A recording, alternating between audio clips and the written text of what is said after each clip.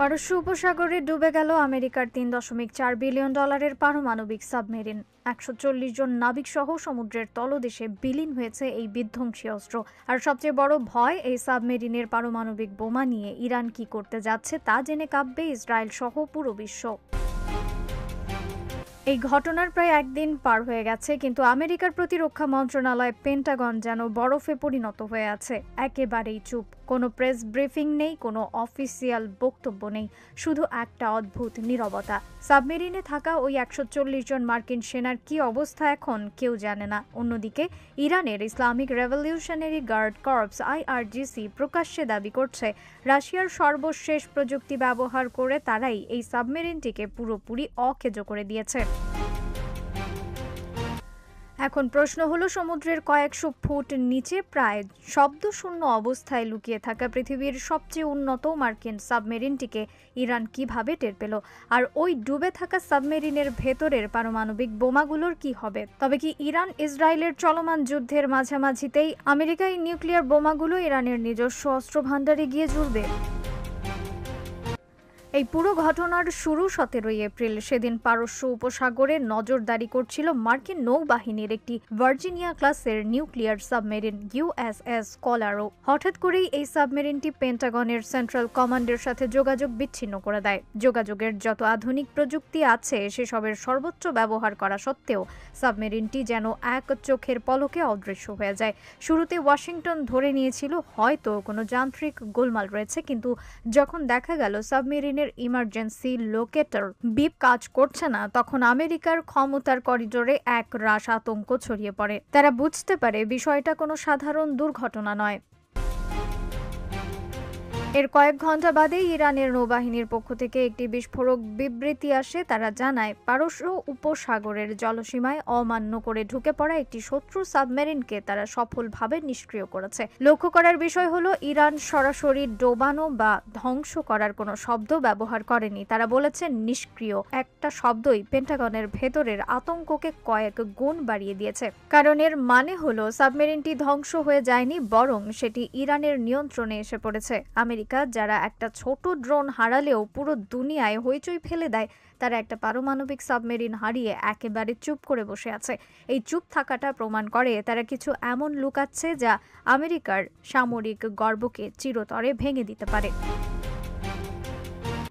এখন আসি সবচেয়ে বড় প্রশ্নে। সমুদ্রের কয়েকশো মিটার নিচে প্রায় অদৃশ্য অবস্থায় থাকা একটি ভার্জিনিয়া ক্লাসের সাবমেরিনকে ইরান কিভাবে খুঁজে বের করলো? এর উত্তর লুকিয়ে আছে রাশিয়ার একটি প্রচণ্ড শক্তিশালী প্রযুক্তির ভেতরে। সামরিক বিশেষজ্ঞদের ধারণা, ইরান কিছুদিন আগেই রাশিয়ার কাছ থেকে এয়ারবোর্ন ম্যাগনেটিক অ্যানোমালি ডিটেক্টর বা ম্যাড নামের একটি প্রযুক্তি হাতে পেয়েছে। এই প্রযুক্তি রাডারের ওপর নির্ভর করে না, এটি কাজ করে পৃথিবীর চৌম্বক ক্ষেত্র পর্যবেক্ষণ করে। যখন সমুদ্রের তলদেশে কোনো বিশাল আকারের ধাতব জিনিস যেমন একটি সাবমেরিন নড়াচড়া করে, তখন ওই জায়গায় চৌম্বক ক্ষেত্রে একটা সূক্ষ্ম পরিবর্তন আসে।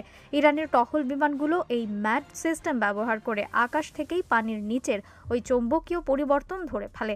মার্কিন সাবমেরিনটি ভাবছিল যে সমুদ্রের গভীরে সম্পূর্ণ অদৃশ্য, কিন্তু রাশিয়ার এই প্রযুক্তির সামনে সে ছিল আকাশের একটা উজ্জ্বল তারার মতো পরিষ্কার। অবস্থান চিহ্নিত হওয়ার পর শুরু হয় পরবর্তী ধাপ, আক্রমণ। ইরান এখানে যে অস্ত্র ব্যবহার করেছে সেটা পৃথিবীর আর কোনো দেশের কাছে নেই। তারা ব্যবহার করেছে রাশিয়ার বিখ্যাত VA-111 শক ভালভ টর্পেডোর একটি আপগ্রেডেড ভার্সন। এটা কোনো সাধারণ টর্পেডো নয়, এটা একটি রকেট চালিত আন্ডার ওয়াটার মিসাইল। ছোড়ার পর এটা নিজের চারপাশে একটা গ্যাসের আবরণ তৈরি করে নেয়, যাকে বলে ক্যাভিটেশন বাবল। এই আবরণটা পানির ঘর্ষণ কমিয়ে দেয় অনেকটা, ফলে এই টর্পেডোটি পানির নিচে ঘন্টায় 370 কিলোমিটারের বেশি গতিতে ছুটতে পারে। হ্যাঁ, ঠিক শুনেছেন, পানির ভেতর দিয়ে এর গতি শব্দের চেয়েও বেশি।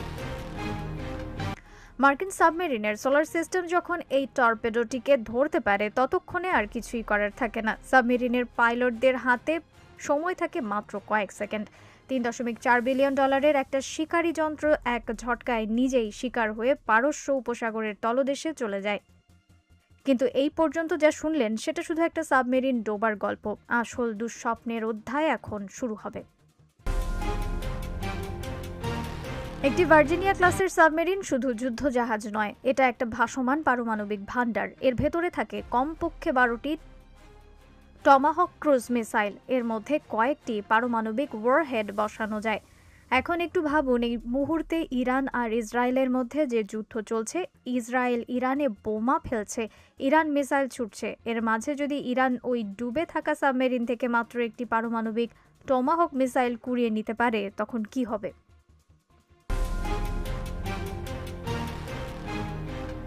বিশ্লেষকরা বলছেন টমাহক মিসাইলের সাধারণ রেঞ্জ প্রায় 16,000 কিলোমিটার, মানে পারস্য উপসাগর থেকে ছোড়া এই মিসাইল ইসরায়েলের যে কোনো জায়গায় আঘাত হানতে পারে। এমনকি ইরান যদি ওই আমেরিকান পারমাণবিক ওয়ারহেডটা খুলে নিজেদের ব্যালিস্টিক মিসাইলে লাগাতে সফল হয়, তাহলে ইরান এক রাতেই পারমাণবিক শক্তির অধিকারী হয়ে যাবে। মধ্যপ্রাচ্যের পুরো ক্ষমতার সমীকরণ উল্টে যাবে, ইসরায়েলের অস্তিত্বই চরম হুমকির মুখে পড়বে, আর আমেরিকার গোটা মধ্যপ্রাচ্য নীতি ভেঙে চুরমার হয়ে যাবে। এখন এই মিসাইলগুলো তুলতে মাঠে নেমেছে ইরানের সবচেয়ে গোপনীয় কমান্ডো ফোর্স তাঘারে 9 বা এনএসএসএফ। গোয়েন্দা তথ্য বলছে এদের মাঝে রাশিয়ার মির ক্লাসের ডিপ সাবমার্সিবল আছে, যা কয়েক হাজার মিটার গভীরে নেমে সাবমেরিনের ভেতর ঢুকে কাজ করতে পারে। কিন্তু পারমাণবিক মিসাইলের চেয়েও বেশি ভয়ের বিষয় হলো সাবমেরিনটির নিউক্লিয়ার চুল্লি। এত বড় আঘাতের পর চুল্লির গায়ে কি পরিমাণ ফাটল ধরেছে কেউ জানে না। যদি কোনোভাবে চুল্লিটি ফেটে সমুদ্রের পানি ঢুকে পড়ে, তাহলে একটা ভয়ানক স্টিম বিস্ফোরণ হতে পারে, যা চেরনোবিল বিপর্যয়কেও হার মানাবে। হরমুজ প্রণালীর জোয়ারের স্রোত এই তেজস্ক্রিয়তা ছড়িয়ে দেবে কাতার, বাহরাইন, সংযুক্ত আরব আমিরাত, ওমান থেকে শুরু করে পাকিস্তান ও ভারতের উপকূল পর্যন্ত। পুরো পারস্য উপসাগর একটা তেজস্ক্রিয় মৃত সাগরে পরিণত হবে। বিশ্বের 1/3 তেলের সরবরাহ একেবারে বন্ধ হয়ে যাবে। গোটা বিশ্ব অর্থনীতি ধসে পড়বে। এই ভয়ঙ্কর পরিস্থিতির মাঝেও সবচেয়ে অবাক করা ব্যাপার হলো আমেরিকার এই নিষ্ক্রিয়তা। নিজের পারমাণবিক সাবমেরিন, 140 জন নাবিক আর পারমাণবিক অস্ত্র সবকিছু ইরানের হাতের নাগালে পড়ে আছে। তারপরেও মার্কিন নৌবাহিনী হরমুজ প্রণালী পার হয়ে উদ্ধার অভিযানে যাচ্ছে না। কেন? এর পেছনে 3টা কারণ কাজ করছে। প্রথম কারণ ইরানের ফাঁদ। আমেরিকা বেশ ভালো করেই জানে এটা ইরানের পাতা একটা চতুর ফাঁদ। ওরা যদি উদ্ধারকারী জাহাজ পাঠায়, সেগুলো ইরানের মিসাইলের টার্গেট হয়ে যাবে। ইরান চাইছে আমেরিকা আবেগের বশে হরমুজে প্রবেশ করুক, যাতে বড় সংঘাত বাধে। এই ফাঁদে পা দিতে পেন্টাগন ভয় পাচ্ছে। দ্বিতীয় কারণ রাশিয়ার লাল সীমানা। গোয়েন্দা সূত্র বলছে এই ঘটনার পরপরই রাশিয়া পারস্য উপসাগরে তাদের নিজস্ব নিউক্লিয়ার সাবমেরিন পাঠিয়ে দিয়েছে, আর ওয়াশিংটনকে গোপনে বার্তা দিয়েছে উদ্ধার অভিযানের নামে কোনো আক্রমণ চালালে রাশিয়া সরাসরি যুদ্ধে নেমে আসবে। একটা সাবমেরিনের জন্য আমেরিকা কি রাশিয়ার সাথে তৃতীয় বিশ্বযুদ্ধে জড়াতে প্রস্তুত? উত্তর হলো না। আর তৃতীয় কারণটা সবচেয়ে লজ্জাজনক। পেন্টাগন হয়তো নিজের মনে মেনে নিয়েছে যে তাদের সাবমেরিনটা আর অস্ত্রগুলো এখন তাদের হাতের নাগালের বাইরে চলে গেছে। আরও সৈন্য ও অস্ত্র হারানোর চেয়ে তারা নীরবে এই অপমান গিলে নেওয়াকেই ভালো মনে করছে। অবশ্য এই ব্যর্থতার দায়ে চাপাতে আমেরিকার প্রতিরক্ষা মন্ত্রী এক কলমের ছোঁয়ায় নৌ সচিবকে চাকরি থেকে বরখাস্ত করেছেন, কিন্তু বিশ্বের কাছে এটা শুধুই একটা নাটক, বাস্তব কিছু নয়। আমেরিকা আজ এমন একটা ফাঁদে আটকে গেছে যেখানে থেকে বের হওয়ার কোনো রাস্তা নেই। পারস্য উপসাগর আজ মার্কিন সাম্রাজ্যের জন্য রচিত একটা কবরে পরিণত হয়েছে। এখন প্রশ্নটা আপনাদের কাছে, ইরানের গোপন কমান্ডাররা সত্যি কি মার্কিন পারমাণবিক মিসাইল হাতে পাবে? আর ইসরায়েল কি ইরানের এই পারমাণবিক হুমকি মেনে নেবে, নাকি তারা নতুন কূটকৌশল তৈরি করছে? কারণ এই উত্তরের ওপর নির্ভর করছে আগামী দিনের পুরো বিশ্বের ক্ষমতার চাকা কোন দিকে ঘুরবে তারই ইঙ্গিত।